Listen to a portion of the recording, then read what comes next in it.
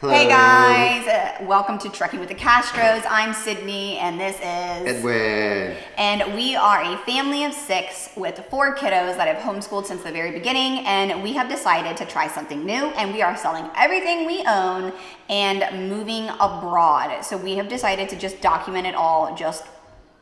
We know when we started this process, we had lots of questions. Yes. And I did a ton of research online and found as many YouTubers as I could that have documented their process and shared like real valuable like tips and like how they did this and what it looked like. Even just people that were selling everything and moving from like Texas to Florida. Like it apparently happens a lot more than we thought. And so I think we thought that this was a really good area that is not covered very much, and we like to be able to share that. Yeah. And how long have we been in this process?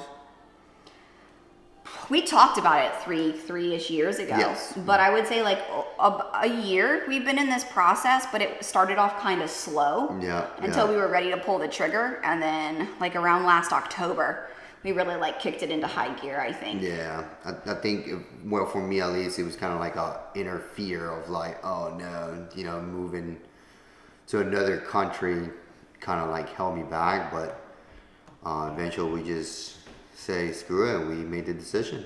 Which it's funny that was your take, because he's already moved to another country before. He's not even born in America. But I was not married with 4 kids at that time, so. That is true, but it's just funny to hear his take, because he's like, he's a little bit more of the, we should think about everything until we, watch paint dry. But I'm more like, no, we talked about it, let's do it, let's get it going. So we've had to like, mesh together. Yes. So we thought we'd just jump on here and do like a quick little recap and tell you all the little things and all the details that we have done thus far into our move since October, and really since January this year. Most of these tasks have been done. Really just October was dealing with picking a lawyer over there that we found and came highly recommended. Yes. That one suggestion we can give you for that, it's do tons of research before, and reach out to a couple of lawyers and just, fill them out, ask questions, because there's a lot of lawyers out there, and you just got to know who you choose, and then just to make sure that you get the right guidance and the right process. And fees, right? Yeah. Everybody charges a different fee, and sometimes they see foreigners, and sometimes it just comes with a high price tag. And so just checking out that what they're offering is at least in the normal ballpark range for what you're trying to achieve. Now, don't get me wrong, you can move abroad without an attorney. Yeah. You don't need one. But You will learn the hard way. yeah, that wasn't something that we felt comfortable doing. We wanted to make sure that all of our paperwork was correct. All of our paperwork was translated correctly. We didn't forget anything, and we were like, oh no, now we've moved and we have to fly all the way back to get this. Like, it's just not something that we were comfortable personally doing. Yes, yep. And so you've used our lawyer we've talked with him about different visas and the work options there and what is going to be best for our family. So stay tuned, because we are sharing that in probably the next video. The other thing that we've done is, because we've homeschooled, we've had to get all their school records together, all of their end of the year achievement tasks that we send in to our local counties, we've kept records of, and all of our homeschool documents for the years that says this is the grade level and this is the name. We have all those together. What else have we done? Yes, we also got the birth certificate apostle. Is that how you say Apostle? I don't know. That word kind of gets me. Apostle, yes. Apostle. That was like the biggest one that you had to do. Yeah. You have to like go to the whatever state that you're in, go to your local government, and they only have a few in different places. We're lucky that we live right near the capital in our state, and so you just get an appointment, you take certain vital records, and they basically take vital records and certain legal documents, like you could do transcripts and degrees and marriage no, I don't think marriage certificates, probably, but they do this like official state seal that says, yes, this document it has been like triple verified and it is legal. And essentially that's what we need for residency and possibly helping our kids get into the school there. Yep. We also put our house for sale. And bought one-way plane tickets. We did. We looked at them and I was like, hey, prices are rising. I'm a planner. And, you know, I think he would probably been more comfortable waiting probably to get them like last minute. And I was like, yeah, but if we wait last minute and there's 6 people, we're going to be spending like triple the price of every plane ticket. Yeah. And I'm a planner. So we compromised. Yes. We waited a few days. We did wait a few days, and then we have actually started, like, we use our Capital One travel credit card, and we've just recently, the other night, you were telling me that you were getting notifications that the prices are rising. So we were also financially glad that we bought them a little ahead of time as well. We also got an Airbnb for 3 weeks when we land while we apartment hunt. We decided between a hotel and Airbnb. We decided on an Airbnb because it's going to be 3 weeks. We want to save as much money as we can and cook. So we have a 1-bedroom Airbnb for the 6 of us. That should be fun. Yes, there was between 2 places. It's right in the local city center, and it was a 1-bedroom, but it was €1,000 cheaper. Or the second option, there was 2 bedrooms, an outside terrace, but it was almost €1,200 more, and it was like a 15-20 minute walk into the city center, and like with the little legs, while we already are really going to be busy when we land. Yes. Oh yeah. I was like, I said, okay, here's the 2 options. We have A or B. Let's think about this logically, and whatever decision you choose logically, I will roll with it. And he chose the smaller one. With no outside space. It's gonna be fine though. It's gonna be fine. Yeah. I mean, it's only for 3 weeks. 3 weeks. That's gonna be the longest 3 weeks of our life. But it truly will be fine. And we know sort of the area where we're already going somewhat. So I think it is the right decision. So the other one was actually in the neighborhood that is on our list to possibly move to. So it was. Yeah. We'll see it anyways. What else do we do? Talk to a realtor. Kind of put some feelers out. So like the day after we land, we have a realtor that's going to be showing us some of the apartments that we have been keeping an eye on, which we probably need to look at that again to see what's out there.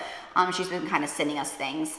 And we took some loads to your dad. And yes, things. We took some things like photo albums and other meaningful documents that we probably won't need but don't really want to get rid of, and important stuff. And because our goal is when we leave, we're only leaving with top nine suitcases.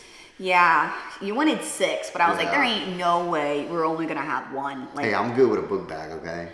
Yeah. There are some things that, you know, when we get homesick, I want certain spices maybe that we have that will remind us of home. And just some other little things that we have. And besides that, I mean, we've just been selling everything. Yes. I don't know if many of y'all know, but we do own an electrical company here, and then we just, we've been in the process of selling all the material and all the stuff from the vans and shutting down all the accounts for like the counties and all those legal stuff that we need to do. There's lots. If you can tell, also in the back, this was our living room, so it's completely empty. So we will post a picture of what it used to look like when it was fully furnished, and it's like, oh man, it's a big difference. Oh, we also like cleaned our car, put our car to sell. We had like in the first day that we put it out on Facebook Marketplace, I had like 700 people reach out, and that's not an exaggeration. Like I was over flooded, and who would have thought everyone's going to want a Honda Odyssey, right? Minivan. It's like over 10 years old. And then we had said, okay, Saturday we'll make appointments for people to come and check out the car. And the next morning, the guy from the Saturday appointment was knocking on our door, and he's like, hey, I know I had an appointment on Saturday, but I'm in the neighborhood. Can I just see it? And I was like, oh, sure. And him and his wife loved the van and bought it. So I was like, he knew what he was doing. But we are keeping it until the week before we move out. And then we're gonna have a rental car. We had to get an SUV. We've never had an SUV, but I think our suitcases is gonna require an SUV. And then hopefully if we need to, the airport's right down the road. The international airport's right down the road. My dad can, I thought we were leaving for New York. No. Oh. Richmond. Okay. So we're gonna finagle my dad into maybe coming with us to the airport, helping us with his suitcases. Yes. But and one of the fun things that have been kind of a challenge is trying to find an international bank to move our money. yes, trying to find an international bank has been difficult. So if you have done that, if you've opened up an international bank account or you have any experience this, please share it in the comments. Please share it in the comments. And also, if you are interested in what we're doing, if you think we're crazy, if this is something that you've always wanted to do, if you love traveling or anything like that, or just love big families, please subscribe to our channel so that you do not miss anything and you can follow along with us and be a part of the family. Yes. Yeah. Oh, yeah. Yep. Other than that, let's see. Oh, we did get our new bank cards too. Yep. We went to our local bank and got new bank cards because they were set to expire when we were out of the country. So just went ahead and got new ones. And then other than that, what we had left? 3 weeks? 3 weeks, So yeah. we had 3 weeks to sell pretty much the rest of the stuff that we had, close everything, and then just drive one way to the airplane, hop in there, and then Go, yeah. yeah. Mm-hmm. And then the only other thing was switching our Amazon account. Yeah, but who needs Amazon? Said no wife ever.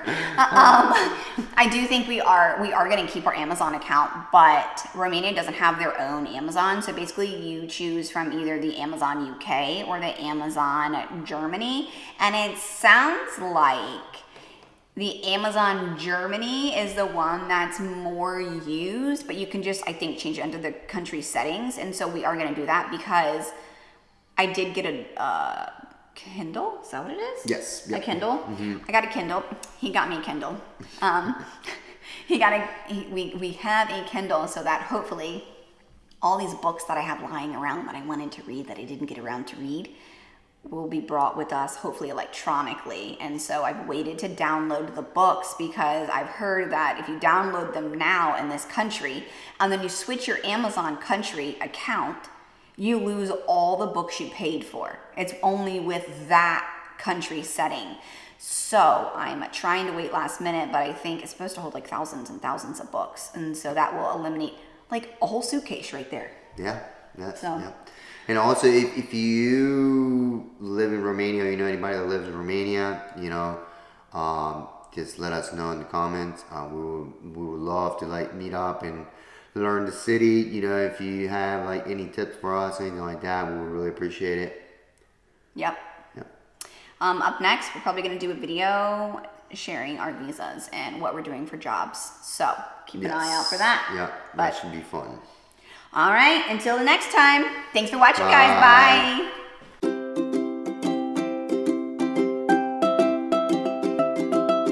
If you're thinking about traveling with your kids in the year 2025, then this video is for you. I'm going to share with you my top 10 family travel budget tips that you need to know.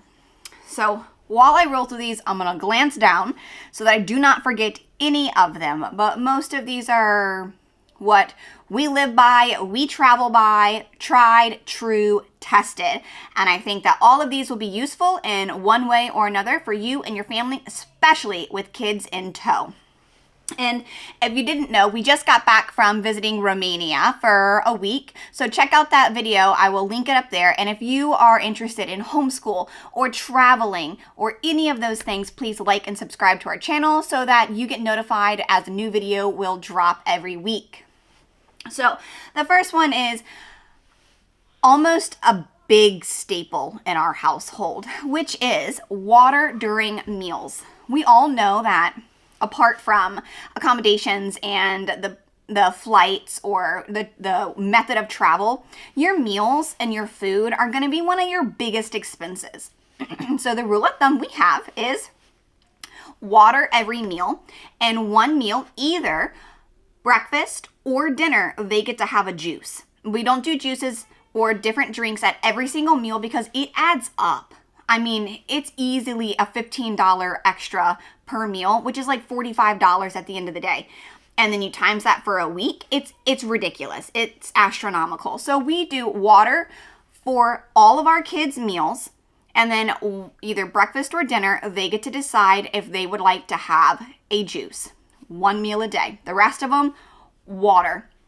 Sometimes if we're cold, we need to go in and warm up, we'll have a hot chocolate, but that's a little bit of a different situation. But most of the time, it is water during meals, except for your one meal a day that everybody has to agree on. Tip number 2 is also don't eat out for every meal. If you're going to be staying in, obviously if you're staying in a hotel, that's not an option. But if you are in an apartment through Vrbo or Airbnb, you're going to have a kitchen. And so buying foods locally at your grocery store are going to cost cheaper, especially if you're in Europe. And cooking them at home is going to save you money. We did that for a few breakfasts while we were in Romania, and it was great. They eat sourdough a lot, so we did sourdough with some scrambled eggs on top, and the kids had some fruit. So cooking in your apartment, if you have that rented, will save you and your family money instead of eating out and then the tipping, and then you order appetizers. Sometimes it leads to desserts, so it does add up. So definitely utilizing a kitchen, if that is in your rental, will definitely help you stay on budget when you're traveling with your family and kids. And the third tip is don't eat at the tourist traps. Eat where the locals eat. Now, most of the time, if you're staying in the main area, you're going to be surrounded by these local tourist traps. You can tell them apart because their menus are going to be more expensive. They will have lots of pictures in their menus because they know that not everybody speaks the language. So they use the pictures to help out to see what everybody should choose to eat. And also, there's going to be people standing out in front of the restaurant trying to say, oh, come in, eat here. If there's people that are out there trying to get you to come into their restaurant, that is the restaurant you should absolutely not go in. It's not going to be as authentic. It is going to be extra pricey, and it's probably not going to be budget friendly. So avoid those. Walk a little extra, go down the side streets, go 10, maybe 20 minutes out of your way and find a cheaper spot to eat where the locals eat. It's going to be more authentic. And I think all in all, you're going to have a better experience and you're going to save money. So it's really a win-win. Our next tip is plan ahead. Plan your travel ahead. Map it out. It will help make sure that you stay on budget. And it will also help cover expenses that you maybe don't know that are going to come up if it's planned out ahead. If you just kind of wing it and you don't have a plan, you're probably going to end up spending more money because of little things here and there that maybe you didn't think about or you didn't know about. So planning ahead will not only save you money, but will also, it'll be a smoother, less stress-free experience, especially if you're going to do certain activities. Usually sometimes buying them in advance can save you like $5 or so instead of getting them there in person. Sometimes they charge you actually like a few dollars more if you get them there, and sometimes, you know, you have a lot of free time, you end up walking around and you're bored and you end up shopping, spending more money. You end up going into all these other places and spending more money. So planning ahead also eliminates the boredom maybe of you don't know what to do, and so you just start spending money because you're bored. So planning ahead will help you eliminate the frivolous spending that is somewhat inevitable while you are on vacation. Another tip is to travel in the off season. Don't just stick to traveling in summertime. Easier said than done, especially if you have kids in public school or a private school, but the Easter week break, spring break, is going to be crazy busy. And then pretty much June, July, and August are going to be busy as well. So if you can travel between, I would say not November and December, because you just got to work around the Christmas travel and the Thanksgiving travel. But as long as you do that, that's really more for airplane tickets. Those are going to cost more.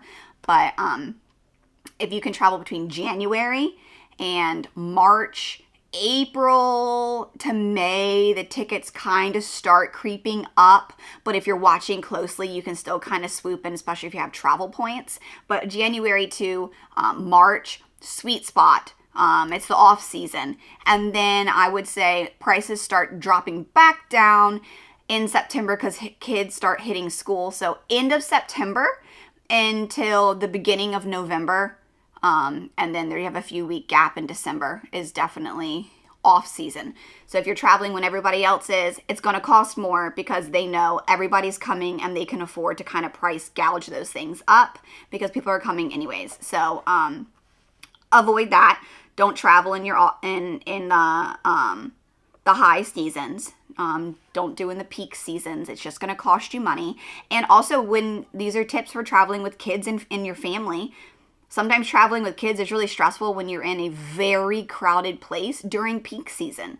So not only does it save you money, it saves your sanity as well sometimes to travel in the off season if you can swing it. Let's see, the next one is be flexible with your destinations. You're going to go to Rome, Italy, or you're going to go to New York City, or you're going to go to the Yellowstone National Park in peak season. If you're going to the main attractions, you will spend more money. Not just ticketed entries, but accommodations nearby. You're going to spend more money on car rentals or plane tickets. Be flexible with your destinations and go places that are off the beaten path. Go to a tropical island in the wintertime. Go to Florida, when not everybody's going. And go to places that maybe, like Malaysia. Go to Eastern Europe. Go places that are not the typical destinations that everybody's going to. You hear about, there's London, Paris, Budapest, New York City, there's Colorado, there's Richmond, Virginia. Some of those main cities are not off your beaten path. Those are going to cost more. They're just expensive cities. So go to lesser known cities and then maybe make a day trip into the bigger cities. So being flexible with your cities and your destinations will save you a ton of money. And it's also guaranteed that you might have a even better experience doing local day trips out to places. So you won't miss things. You'll just have a different tailored experience. While you're there, another tip is research free activities. Local parks. They're a big one.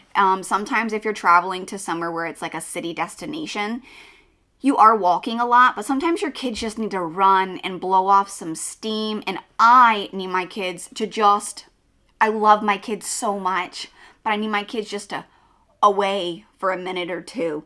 And so going to the park, keeping a close eye on them, watching them, safety first, but going to a park, letting them run and blow off some energy is an awesome way to do this. If you're free activities, a lot of the times, obviously, they're parks. Sometimes some of the free activities that we try to do, certain cities have museums that if you're a certain age or you're a student, on certain days of the week, you can do those things. Other than that, most cities have something that's for free. You just got to do a little research and a little digging. So this one kind of goes with the planning ahead. These free activities, if you don't have a lot of time, research them and just have them in your back pocket so you can say, oh, wait, hey, let's stop here because it's close by and the kids can go and do this for a few minutes and it's free, is a good idea to have some free activities in your back pocket that you've already planned ahead for, that you can use when you need them and mom and dad just need a break. There was some restaurants that the parents can sit outside. Like in Germany, they have the beer gardens. You can sit outside in the garden, drink your water, your coffee, or your beer, whatever is your choice, and the kids can kind of run around, not in there, but just right next to you. There's tons of things. You just got to research them and find them, and it's in every state, every city, and every country. There are going to be free things to do if you dig and dive in and do your research and plan ahead. Another one is utilize public transportation while you're there. The most expensive way to get around while you are traveling with your family is by a private driver and taxis. Those are the two most expensive methods of transportation while you're traveling. Especially if you have a larger family like us and we can't just get one taxi. You either have to split up and get two taxis or hire a bus like a minivan, and it just gets pricey. So utilize public transportation, and a lot of countries do it very well, and they're very reliable, and they're usually very safe as long as you know where your children are and your purse or your wallet kind of just stays in your front and you can see it. And keep your kind of maybe your arms over it depending on what city you're in and where you're traveling to. But public transportation, and that is including trams, metros, buses, trains, and walking. I know us Americans aren't into walking destinations a lot, or just our country wasn't really built to have that readily accessible because we have such a large country. There's just no way to walk to everything, but walking is great, and it does help the little legs get a little tired. So research, do your public, and usually public transportation, it's quite inexpensive. Not just like cheaper, but a tram ticket, a metro ticket is usually extremely inexpensive compared to hiring a car for 50 or 100 euros or dollars. Like massive difference. All right. Heading towards the end, we have travel light. The more that you pack, maybe you're going to need to rent a bigger car to hold the suitcases or your luggage, or you're going to have to check that baggage, and it's going to come at a price, and it's not a cheap price. So travel light. Either you wear an outfit for 2 days, and that helps cut down on maybe half your outfits. Or you can do that and then wash them so that you have a clean set every day. If you're staying in an accommodation where you have a washer dryer, but we personally, if we're booking through Vrbo or Airbnb and it's an apartment, we do not book one unless they have an apartment. That's sort of a non-negotiable because you never know with kids and family trips who's going to have accidents, where their food stains are going to be, stinky, smelly socks from feet walking all day. You just never know. So make sure you have a washing machine and travel light. And so you can either wash and go and you still have half your outfits, or you just prefer to wear an outfit that's clean and wash it every day. But traveling light is going to save you so much more money, especially when maybe mom's wrangling all the kids trying to walk into the apartment or from the train station or from the rented car to the hotel or the airplane, and dad is juggling tons of luggage. Maybe your little ones aren't able to fully help with luggage. We're in an in-between stage. It's difficult for dad to carry all of those luggages by himself if mom has to do the kids and the kids aren't fully able to help. So eliminating some of those luggages is going to help also dad have a better time and it not be a moment of, why did we pack all this? So, those moments that you have when you thought you packed great and you've realized you've really, really overpacked, and now you don't want to say it out loud, but your husband is like, why do we have all this? I'm pulling all of this and we're barely using any of it. And you're like, yeah, I messed up on that one. So traveling light is always going to be in your best interest. And if you've forgotten something because you traveled so light, odds are the pharmacy, the supermarket, the grocery store right down the road is gonna have it and you're gonna be okay. So you can just make a quick little stop. Another way to save money is to book overnight trains and buses if you're traveling. That's a 2 for 2 because it saves you accommodations. And it saves you transportation costs because it's a 2-in-1. And you're traveling overnight, so you're sleeping There's lots of affordable options, especially I know in other countries that offer this, some places in Asia, definitely in Europe, and I'm pretty sure there's some in the United States, some of the major railways that do that. I know it's not as the options aren't as big, but booking overnight trains and buses will kind of help save on some of your costs in traveling, and there's beds and kids can also somewhat sleep. So just thinking of those things, maybe sort of an outside the box thought to help save on some of that money for traveling. And while I know doing this with kids can be somewhat of a challenge, whether they need sound machines or blackout curtains, and it might not work for you, but being flexible on how much you want to save as you're traveling to be able to possibly travel more is maybe worth the visit, or at least the attempt, the effort to try to find out if it's right for you and your family.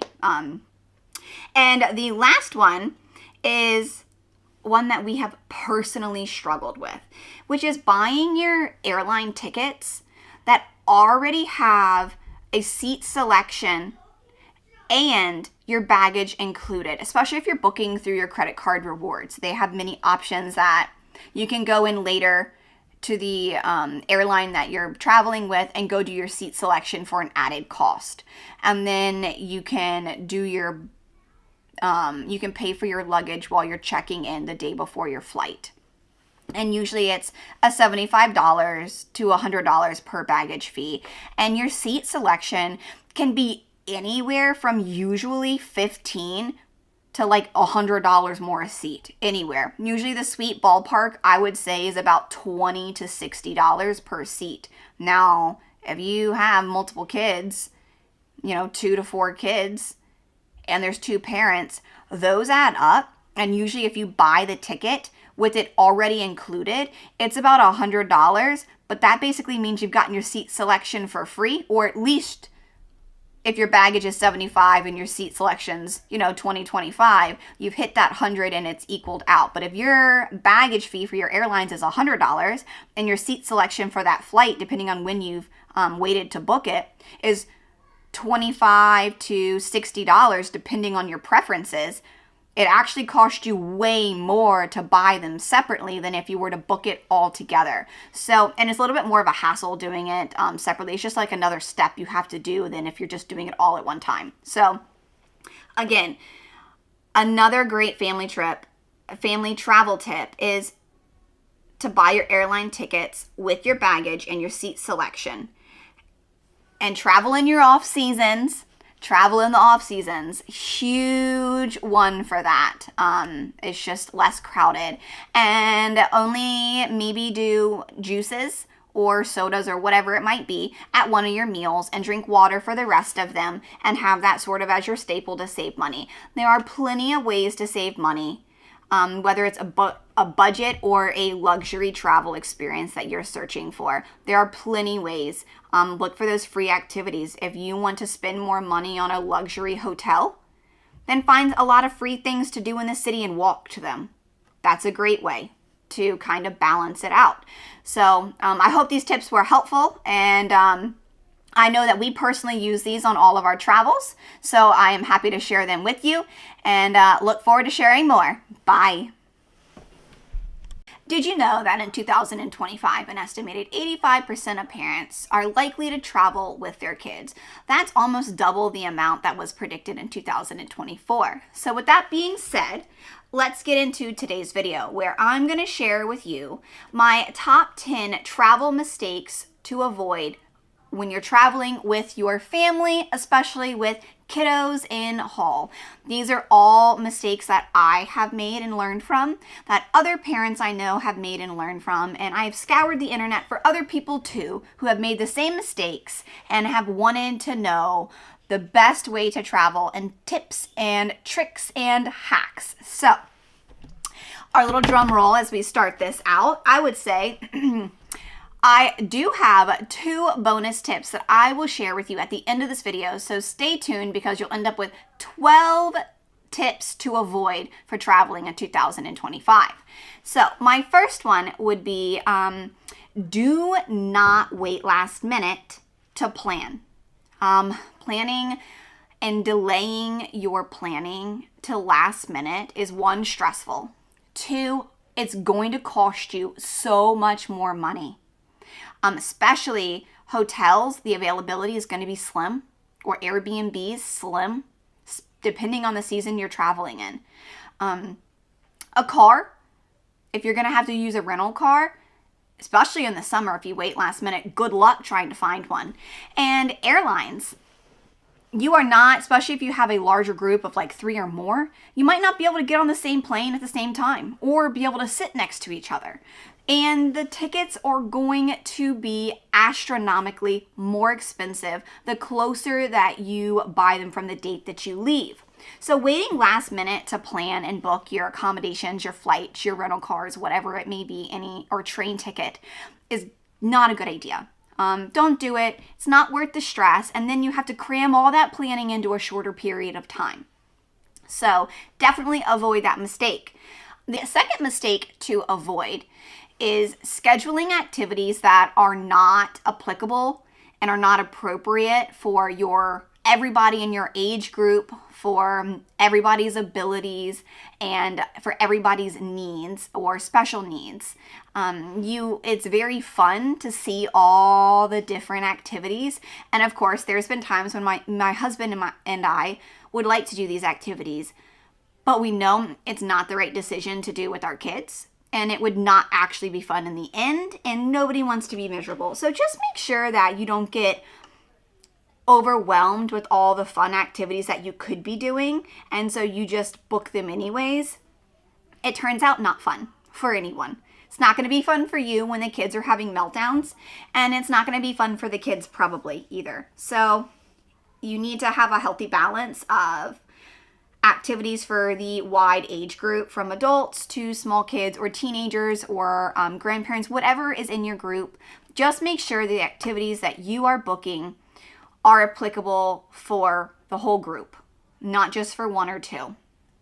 Number 3 is neglecting flexible booking options. I know that flexible booking options generally include travel cancellation and delays, especially if you use a travel credit card when you're booking. Those are great. Refundable tickets are going to cost you more, but if there's a sickness or your trip gets canceled, I know that then you will be very thankful that you have flexible booking options. Now, we book most of our travel through Capital One. Capital One offers, for additional fee, which is not usually much, flight disruption assistance. If it's like more than 2 hours delayed or it's canceled, they allow you for free to pick any other ticket, and it will cover the cost. I think it's up to like $5,000, and it is worth it. So make sure that you have flexible booking options, because you never know what's going to happen on the day of travel or while you are traveling or coming home. Number 4 is overpacking and underpacking. Overpacking, don't pack. It's just going to give you unnecessary stress and clutter. And now you have more bags that you have. And if you overpack when you get there, if there's a souvenir or a t-shirt or a sweatshirt that you want to bring back, if you've already overpacked going, you're gonna be overpacked coming back. You might not be able to fit your souvenirs in. And then you always run the risk of nothing quite fits the same on the flight back as the flight over. Flight over, you were like folding it nicely. Everything was perfect. On the flight back, nobody wants to pack up to leave vacation. So sometimes your packing just kind of gets a little bit more thrown into. So those are things to keep in mind. Leave space in your luggage to bring home a souvenir. Now, on the other hand of this, there's underpacking. Underpacking is great, especially if you are in an Airbnb or Vrbo and you have a washing machine. Now, if you are traveling to Europe or a different country, a big thing to consider that we have learned is make sure that you have a washing machine. If you're going to pack for less days, you can wash your clothes. But a lot of times there's no dryer. So you need to make sure that you have washed your clothes and allowed enough days to let them air dry so that you have dry clothes to pack into a suitcase coming home. Because if they're moist and mildewed and you put them in your suitcase coming home, is not going to be fun when you open up your suitcase. It's going to stink and things are going to be ruined. So if you're not packing enough clothes, you're either wearing them multiple days or doing a load of washing, but make sure you have enough days to let those clothes air dry while before you get on your airplane. So number 5 is a big mistake is to not take into consideration peak travel times, whether it's morning flights, overnight flights, or spring break, or the middle of the summer. Peak travel times are going to be more expensive and be a lot more crowded in big destinations. So just consider when you're traveling. Maybe you like that, but maybe you prefer to travel in off seasons like we do. So keeping that into consideration as you make these travel itineraries is just to consider the season that you're going to be traveling. And nobody likes crowded destinations with little kids. It's just stressful and your anxiety peaks. Number 6 is not being aware of local customs and etiquettes. If you're going to another country, know how to say please, thank you, hello. Know some of the basics. Know the etiquette of tipping culture in restaurants and cafes. Know the etiquette of, can you go somewhere and use a public restroom? Some countries, like in Italy, if you buy a cup of coffee, they're going to let you go. In Amsterdam, in the Netherlands, we learned it the hard way. People will tell you no, but then you actually find out it's actually illegal for them to deny you the right to the restroom if you're a citizen. Well, not a citizen, but a person walking. So Amsterdam, they're not allowed to deny you the right to go to the restroom in their restaurant or whatever it may be. So know that. Does it take money to use the restrooms? It's also something good to know because some places you have to pay to use the public facilities. So just knowing customs, again, a big one is tipping. There is also, some countries are very particular about the pedestrian crosswalk when it's red. Some countries, if it's red, you still just go if it's clear. Some countries, if it's red, you don't move. You follow the signs. So there are different just cultures and etiquettes, and some countries have really weird, unique laws of what you're allowed to bring in and out of the country. So being aware of the customs and the etiquettes, especially if you're going out of the country, is just some basic ground rules that I would definitely not avoid looking into cultures and etiquettes before going to another country, because the last thing I want to do is upset or offend someone unknowingly as well. Let's see. Number 7 is a healthy balance when planning your itinerary. I have never used a travel agent. I have planned all of my family's itineraries. I love planning itineraries. If you want to see any of our itineraries for any states that we've gone to or any countries, I would love to share them with you or help you plan yours. So let me know if that is something that you would like to see, what I've done, and how I come up with them. I love geeking out on Excel spreadsheet and putting together itineraries and finding little hidden gems. So back to this. Balancing your itinerary is important. Too much of a cram-packed itinerary will just slow you down.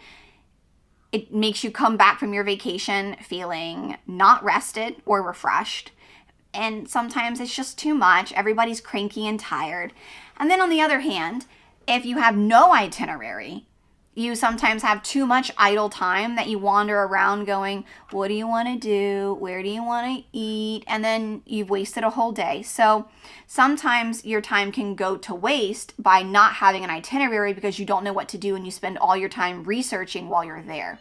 I like to have 1 or 2 things every day to do and then have some free days as well, with backup ideas that I've already researched, so we can quickly say, okay, we already know we want to do maybe some of these things. Let's see if we want to do one of these today. And I always do breakfast, lunches, and dinners. I look ahead, and if it's a crowded destination, I make all dinner reservations ahead of time. We did that for Italy, so we could just walk into our reservations.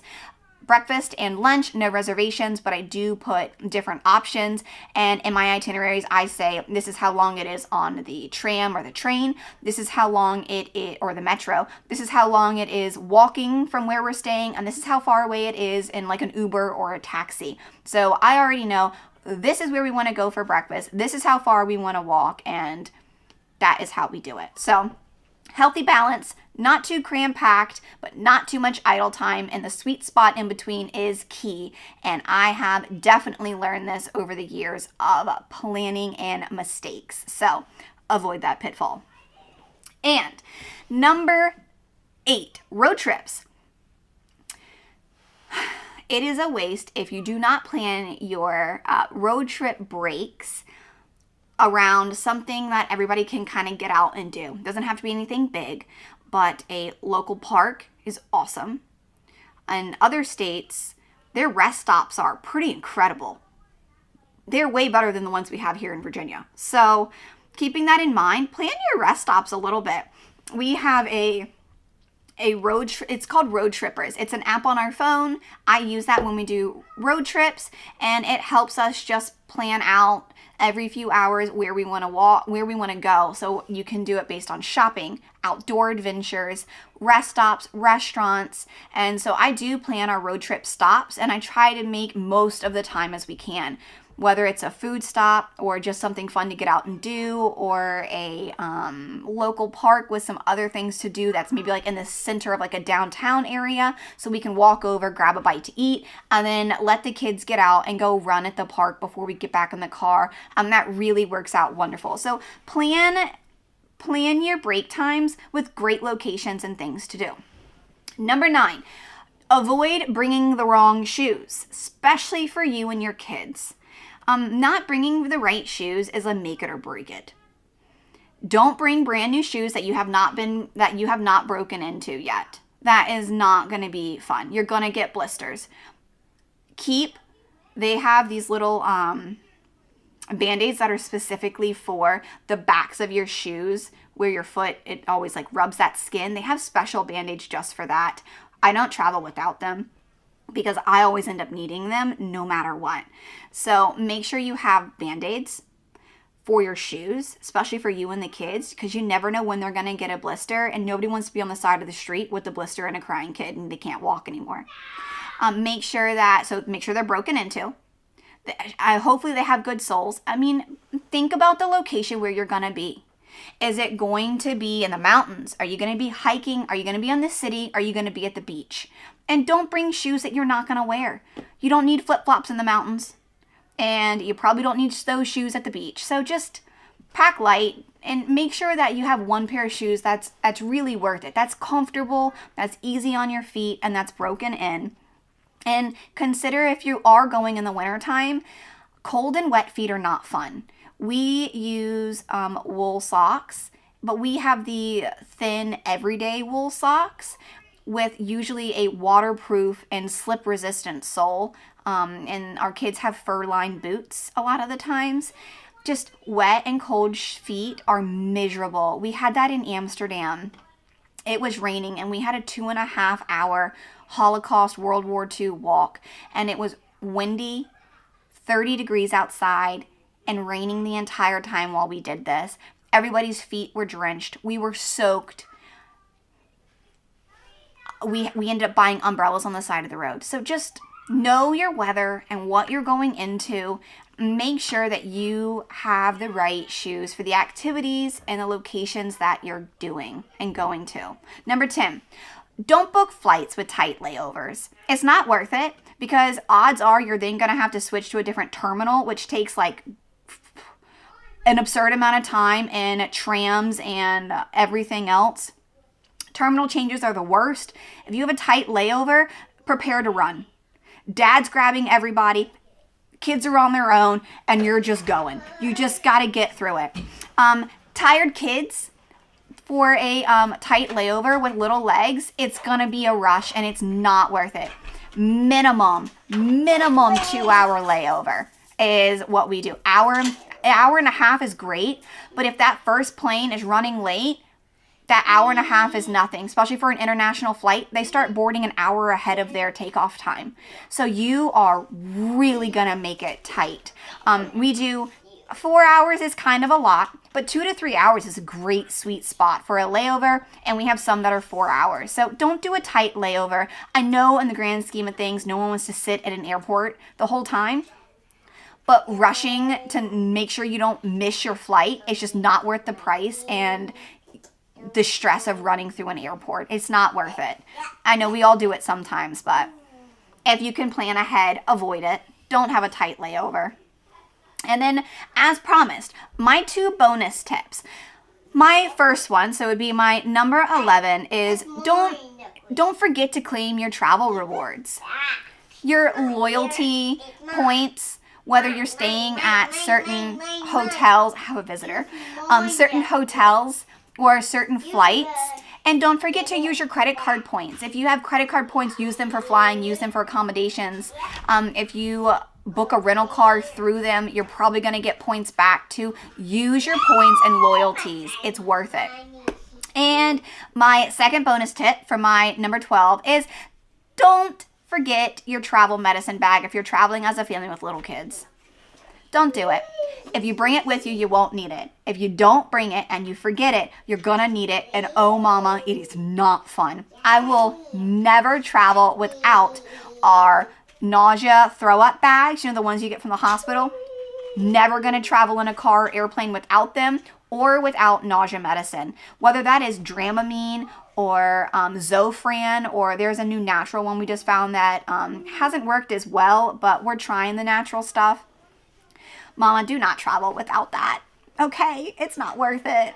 It's not. Bags leak and everybody gets car sick or plane sick, motion sick, whatever it is, boat sick, whatever, train sick. It's not worth it. Don't travel without it. Have your little fresh sniffers, your essential oil sniffers, your Tylenol, your motion sickness, your Zofran, your throw up bags, Pepto-Bismol for you and kids. Just have your medicine bag and let's just pray that you don't need it. But I have been one too many times where I was like, we're not going to need that. It's a short trip. We won't need that. Oh, mama, we needed it. We needed it bad. So do not, just avoid it. Just bring it. Just bring it and hopefully you won't have to use it. But that's the one thing. Just bring the medicine bag. Just don't even think about it. If you need to, downsize on it and have a little small travel one like we do. I have a video on our travel medicine bags, but it's just not worth it, especially when you have 4 little ones and the oldest is 10, at least until you can rough it till they're a little older. Do not forget to bring it. So there are our top 10 travel mistakes to avoid with our 2 bonus ones.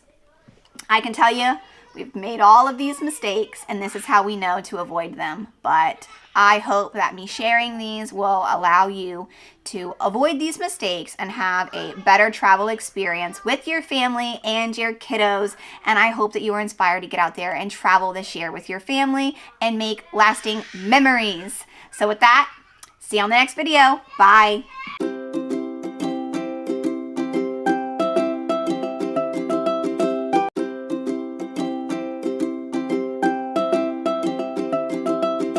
How is your homeschool journey going? And what are some tips that you use to stay motivated during the long weeks? These are all questions and thoughts that I have been floating through my head over the past few weeks as we have been on break and have had a slow, enjoyable end of our holidays and birthday wrap up for our family.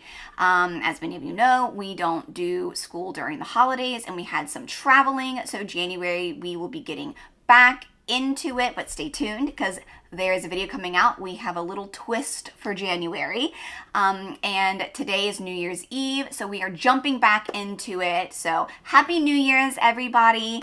And today I am going to share with you what our 12 weeks of school has been like as an update. What are our wins, our misses, our challenges and some of our achievements have been, as well as what's working, what's not. And then later on in the video, I will break it up into individual grade levels to kind of make it a little easier. So jumping in, what are our wins and our progress? I would say our win so far with our new homeschool schedule this year has been having our Friday free flex day. That has been our total win this year. Our Fridays have usually consisted of no school, and we use it for field trips. But if there is no field trip planned for that Friday, we do use it as a catch-up day to prepare for the upcoming sick days that are inevitably probably coming to our family. Me, Mom, it's been the energy, keeping the energy up, keeping the rhythm going. That has been my biggest thing of trying to find energies. I'm not a morning person, so going through those motions has been difficult. And the early afternoon, I kind of hit that lull where my energy's drained right before dinner time. So keeping up with the energy has been my biggest challenge as a mom. I would say for my kiddos, the biggest challenge has been keeping the motivation, keeping the school is not a punishment. School is something that every child does in some form or another. It is not an optional activity. School is school, and everybody does it and it might look different for everybody, but we do school in our house. And I would say the reading, encouraging kids to enjoy reading and pick a book that it's at their appropriate reading level, that they are learning skills that they need and they are enjoying. So that I would say has been a challenge for my first grader and kindergartner. Is the letters and the reading has been a challenge, but it's also been a main focus that I've really tried to use to develop our phonics and our language usage to kind of nail that home, is just to focus on reading books at their appropriate levels. Moving into curriculum, I would say that it has been overall working.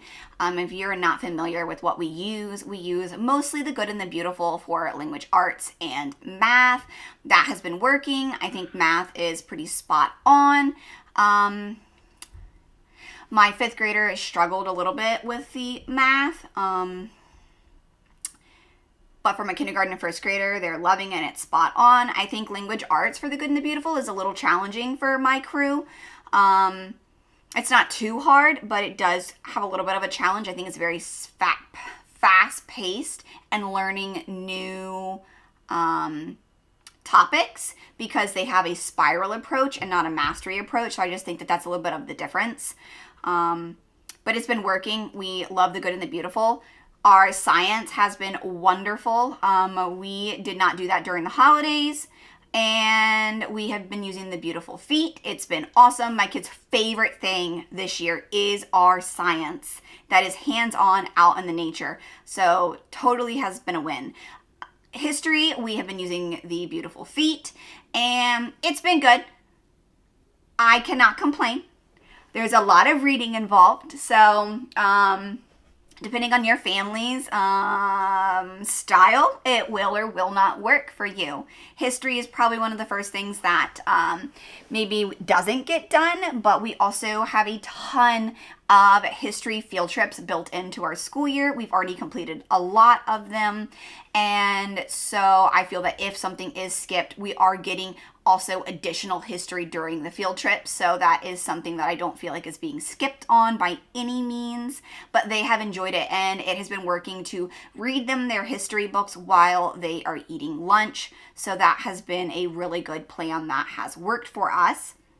And sometimes in the car, we put on Story of the World. We have one of their audio CDs. So that also works while we are in the car going places, because everywhere seems to take us 30, 45 minutes. So it is it's just an awesome fit for our family. So curriculum, all thumbs up, no complaints. And it's just been an easy, great year so far. Let's see. Some of our extras, I would say, diving into field trips. We hit off the school year really strong in our cohort with a field trip almost every week.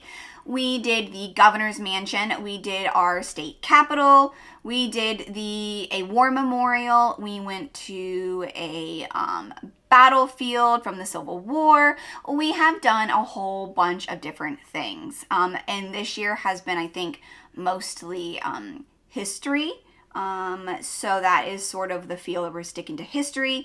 Moving forward for the rest of the year, switching it up a little bit, we will be doing a lot of local history because we live in a state where it is full of history since the United States first came from England, and everybody started coming in and occupying the land. So we just live in an area where it's full of history. So we are really just going to focus on United States history while we are still in the United States. And I feel that that is important for my kids to learn and be able to appreciate as we take that with us wherever we end up. So breaking it down now into grade levels. I'm going to start with my 5th and work my way down to the youngest. So for my 5th grader, I would say the hardest struggle that she has had is math. It's just getting hard.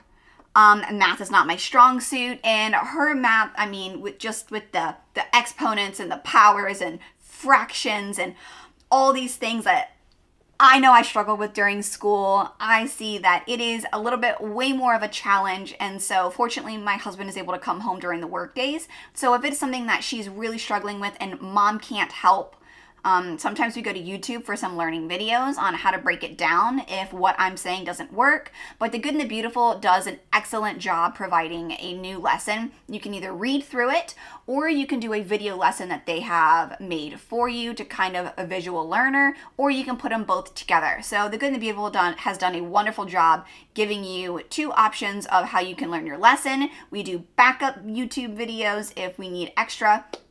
Mom helps as much as I can, and if need be, we wait until dad comes home and she finishes the lesson either during the day when dad stops by and has a few minutes, or at the end of the day after dinner. Sometimes she asks dad some questions, so we are blessed to have a good math teacher called Dad. So that has been definitely her hardest struggle, is learning some of these harder concepts in math.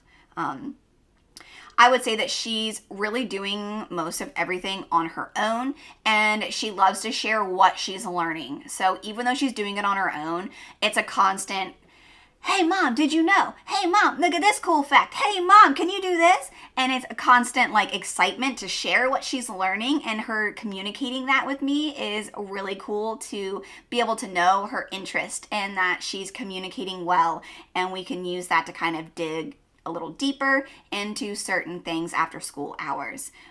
So that's been cool.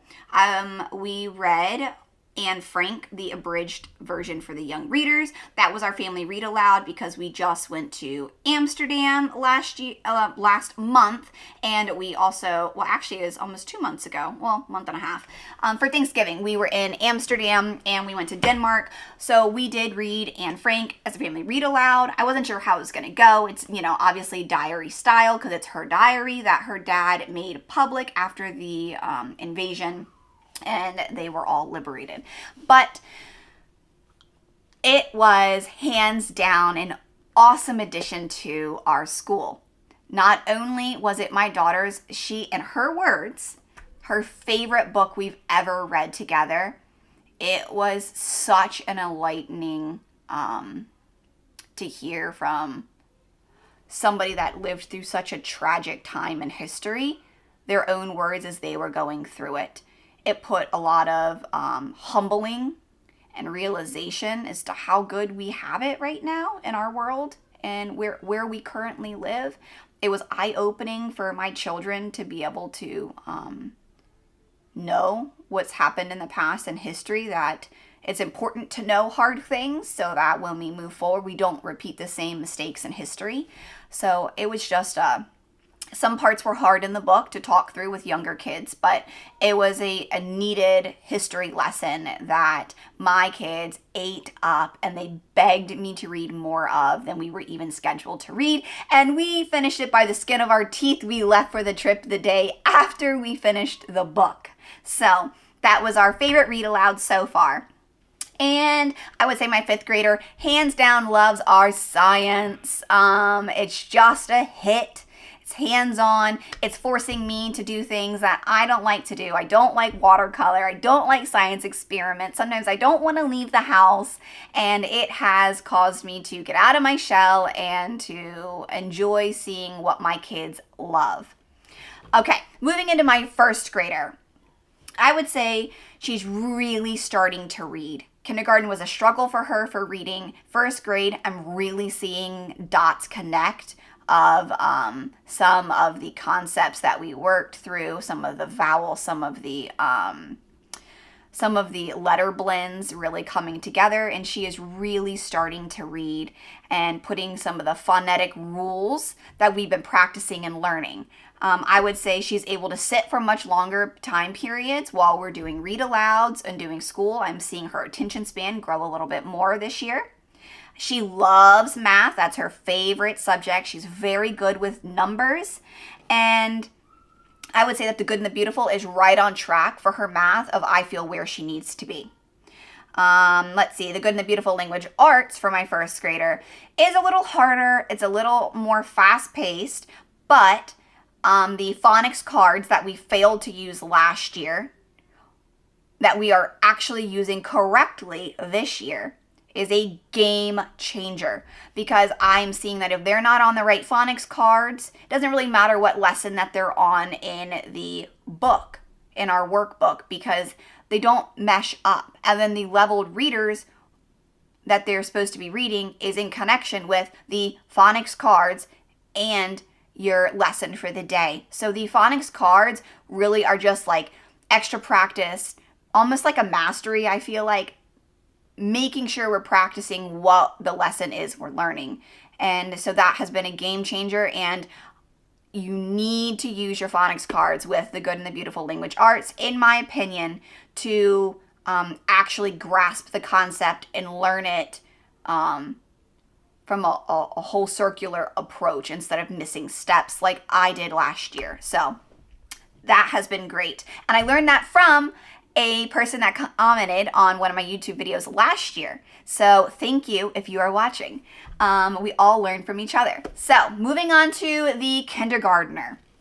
I would say he is starting to read. We are not doing the good and the beautiful language books. We do them some, but our main focus right now is the Bob's books, because they are a lot shorter and a lot less stressful, the Bob's books, than the good and the beautiful. We do them, but I am more focused on him doing the Bob's because they're just easier than, it's just what he needs right now. So that's what we are focusing on.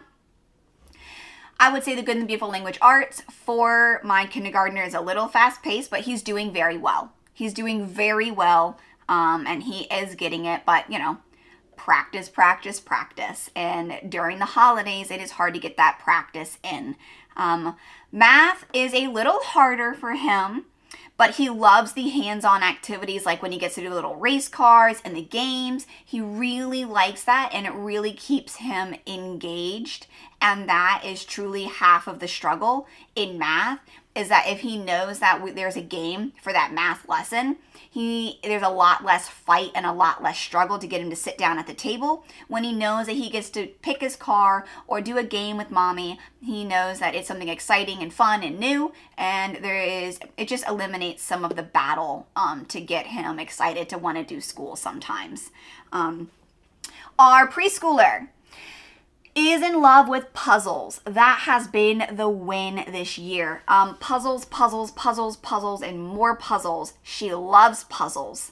That gets her excited. It keeps her busy, and her brain is just thinking. She likes it. We use the Toddler Busy Book. It's the big red binder. I know I've shown you in some of the videos. She likes it. It just has all the Velcro activities. It's engaging. She really likes those. My Father's World is the technically curriculum that we're using. It's a light term. She's a preschooler. We don't do a rigorous curriculum. As long as she's doing Velcro activities and puzzles, I think she's learning her colors with My Father's World. That's basically numbers and colors is all we're doing this year. We've done the color red, we've done the color black, and we have made Play-Doh of both of those colors. She loved that. She loves to do the color hunts. They have color hunts to learn the colors. You have to go around and find the little colors that we've cut out, and we do it in the living room. She loves to do that with her older siblings. So it also, when I need to work with another older child, one-on-one, the other child might go and do a color hunt with the preschooler in the other room to help eliminate some of the distractions, and everybody's having fun. So that's been a great way for older sisters to show that they are growing, that they are learning, and to have some one-on-one time with their little sibling, and to really just step in and help out, and it has been wonderful. I will say, My Father's World Preschool, I do not do it every single day. I love the hands-on activities, but sometimes it feels monotonous reading the same books for 3 weeks. So maybe we only do like a week and a half of one, and we do it at a faster pace. I really should do it every day, but I have not been great on doing it every day. Sometimes we don't do it every day, and she just does puzzles. So we are just going with how it goes. We do use it, but not every single day. I would say altogether ending takeaways. I would say there's so much improvement in our phonics area, and reading comprehension has skyrocketed this year from how we ended last year. And I can really just see certain skills just clicking. I would say history has been best done for us at lunch. Science is best done after lunch and in the afternoons because it's the most fun. So we try to end the school day with the fun, more lighthearted stuff and get some of the harder, more serious subjects done. So that's math and language arts in the mornings. I would say that science, while it is the most fun for my kids, it does require a little bit of prepping. It's not something that you can just kind of wing it. There's a little bit of prepping involved, and sometimes a lot of energy from mom's view. So I would say this is not for tired moms, but we're all tired moms. So you just grin and bear it sometimes, and sometimes it's okay to say, no, we're not doing it today. So you just got to know what is right for you and your family, and sometimes even though the kids want to do it and you feel that you should, if you're in a bad mood or you're just exhausted or something else needs to get done, it's not worth the battle and the hassle of doing it. Just skip it for that day and we can make it up a different day. But we've done pretty good on our science, but it is definitely planning and hands-on activity involved. So it takes some patience and some determination, and some accountability is also required in keeping up with the science. I would say that once Christmas break holiday rolled around and Thanksgiving and our trip, we were really ready for it. We did no school when we came back. We skipped the week because everybody was kind of fighting off some stomach bugs, and we just rolled into birthdays and Christmas break, and now we're rolling into the New Year's. So we will be starting school off again. And again, please like and subscribe, hit the like button, and stay tuned for the next video of our update of what our January is going to look like. We have a curveball being thrown in, and I think it's exciting. So stay tuned. Bye.